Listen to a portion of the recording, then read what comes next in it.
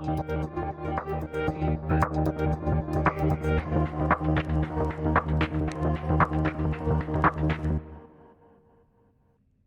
everyone, it's technology expert Burton Kelso here with another tech tip to help you get the most out of the technology in your life. Today we're talking about how to help your kids get off screens over the holidays. That's a challenge, isn't it? And I had to pause for a second because I've been through that myself with my boys. And it is challenging during the school year, but during the holidays, it can be even harder because they have so much idle time. And what's the first thing that they want to do? They want to head to their screen. So, not trying to be a Grinch like parent, but at the same time, it's important to keep your kids off of their devices. Not completely, but to set safe limits because too much screen time can interfere with their sleep patterns, with devices, interfering with melatonin levels, with blue light, and also the constant on of the way games and social media comes into play um, when you're dealing with tech devices. And we can't forget about certain websites like Roblox and all of the other online sites where there are pedophiles that are trying to groom your kids. So it's a good idea to set limits during the holidays just for a healthy mind for your child and just for peace of mind as a parent to make sure that they aren't becoming digital zombies. I was trying to think of a more clever word, but I couldn't. But digital zombies that are connected to their devices. So there are some rules overall when it comes to screen time for your kids, and those rules are as follows. So number one, for babies and toddlers, those under 18 months of age, you don't want them to have any screen time all at all. That's TVs, computers, and other smart devices. So if you've got an 18-month-old or younger, they don't need to be on screens at all. So for kids 18 to 24 months, you want to limit it to 1 hour per day and want to make sure that that is kind of high quality programming. So that would be screen time in front of, say, PBS or screen time in front of YouTube Kids, where there's a ton of kid related material. But I know that sounds daunting for many of you, but 1 hour a day should be good enough for a kid. And then, of course, that includes TV, computers, and smartphones. 1 hour a day of screen time. And then kids 2 to 5, you want to limit them again to about an hour or two a day. But once your kid reaches 6 years age of older, you want to make sure that they are limited to maybe a couple of hours, no more than 3 hours a day as far as screen time is concerned. Because again, these devices are designed to be addictive, and you want to make sure that your kid isn't addictive and doesn't suffer from any psychological effects from these devices, including poor um, body image from social media, and of course, just overall depression. And of course, there's AI that you have to worry about. So, this time of the year, the less screens they have, the better off they are, and the more that they need to spend time with you. So, other tips as far as making sure that your kids are safe and secure are as follows. And let's do that as far as the hardcore tips that you need to keep as far as your kids are concerned. So, number one tip is to make sure that you set those limits in advance. You want to make sure that your kids are know that there are going to be limits and come to an agreement of what is considered healthy. Now, I'm giving you the times of what you can do when it comes to screen time, but at the same time, do sit with your kid and make sure that you do have that conversation as far as what is going to be considered good screen time with your kids. Next tip is to make sure that you are sticking to a routine with your kids. So it's very important that when you are allowing your kids to have screen time, that you stick to a routine. So maybe before kids get on screen, there's a set of chores that they need to do, and before they can hop on their screens. But with a routine, then kids know what the expectation is, and that is not just with young minds, but also with older minds as well, as far as making sure that they have a daily routine and they understand what needs to happen when it comes to screen time. The other thing you want to do is make sure that there's other options as far as devices in your home. If the only forms of entertainment in your home is smart devices, then it's going to limit what your children can do. So obviously, you can go to good old fashioned um, non screen time items like board games, card games, other things that are going to keep your kids occupied.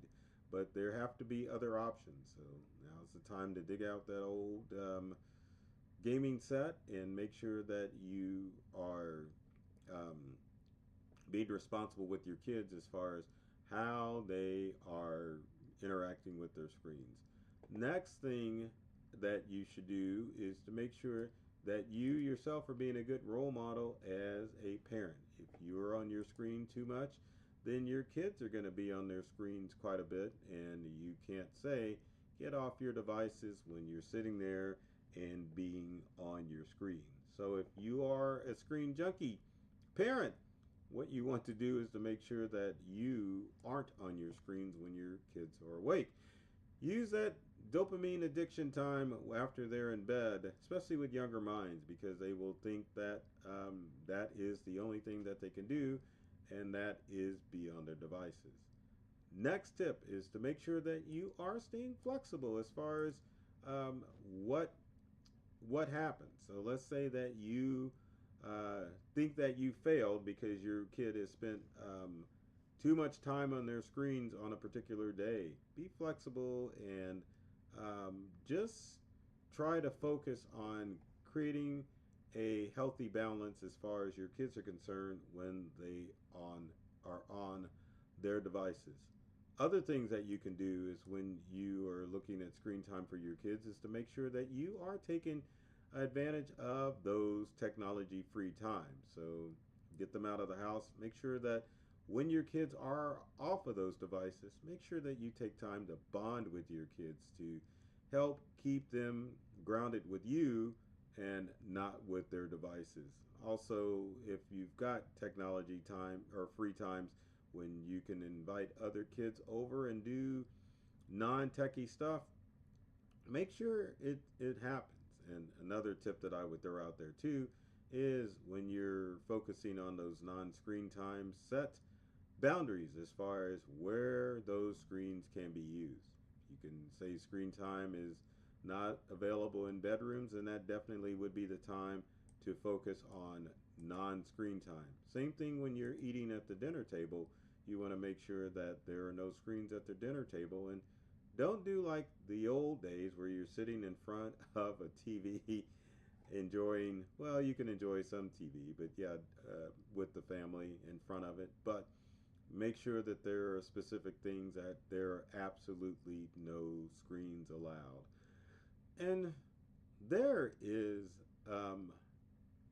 other things that you can do as a parent, but the main thing is that you don't want to treat your screens as like this total bad thing that is out there. Make sure that when you allow your kids to get on screens, make sure it's productive stuff. So, things that I did as a parent when it came to screen time is to find offline options when it came to actually playing video games. So, your online games like your Roblox, your Fortnites, and your Minecraft, which actually is a STEM game, but the challenge is that these games have no end in sight. So if you've got a kid who's got an addictive nature, you want to make sure that you are keeping them focused and maybe concentrate on screens that have a clear beginning and end. To give you an example of that, let's say that screen time in your household involves watching streaming services such as Disney Plus, Amazon Prime, or even Netflix. Usually those shows will time out after a series of watches. So that would be a time to allow your kid to take a mental break. Unlike online games where it's just nonstop and there's hardly any breaks at all. So keep that in mind when you're looking at non options or looking at how to create a healthy balance with your child when it comes to screen time. Remember, screens don't have to be evil, but what you want to do is to create a healthy balance and to make sure that your kids are doing what they're supposed to do. One other thing that I forgot to mention, and I failed to mention this, but it's a good thing to practice, and that is to enable parental controls. Now, to expound on that, there isn't anymore one all inclusive app that will allow you to monitor social media activity or video game activity, especially in the chat log, because there are most tech companies don't want you to enable those parental controls. So the most you can do with parental controls is to set time limits as far as your kid is concerned when you or not you when they are using their app. So that's where coming in with a routine is, but don't ignore the parental controls. They are available for every device and every app out there. For example, if you're an Xbox or a PlayStation console family, then definitely enable the parental controls on those devices. Same thing with Nintendo Switch. There's an app that you can download for not only the Switch, but for an Xbox and for a PlayStation that you can control remotely for your phone. Make sure that you are monitoring what games your kids are playing, because most games, believe it or not, have parental controls built into the game. So get familiar with what they're playing with, and if you don't know, make sure that you consult with a tech person. I seem to know somebody who knows a thing or two about that, but get a good understanding so that way you can help keep your kids safe online. So with that said, if you got comments or questions about how to limit your kids during the holiday season as far as their tech devices, leave them in the comment section below. I'd love to hear from you and find out how I can help you out.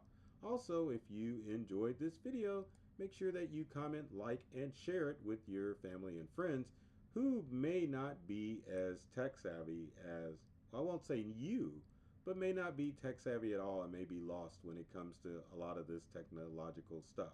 So my goal with every video is to open you all up to a whole new world of ideas and experiences when it comes to your technology. I love technology, and I've read all the manuals, and I'm serious about making technology fun, safe, and easy to use for everyone. So take care of yourself and do many things to make you smile, and thanks for watching.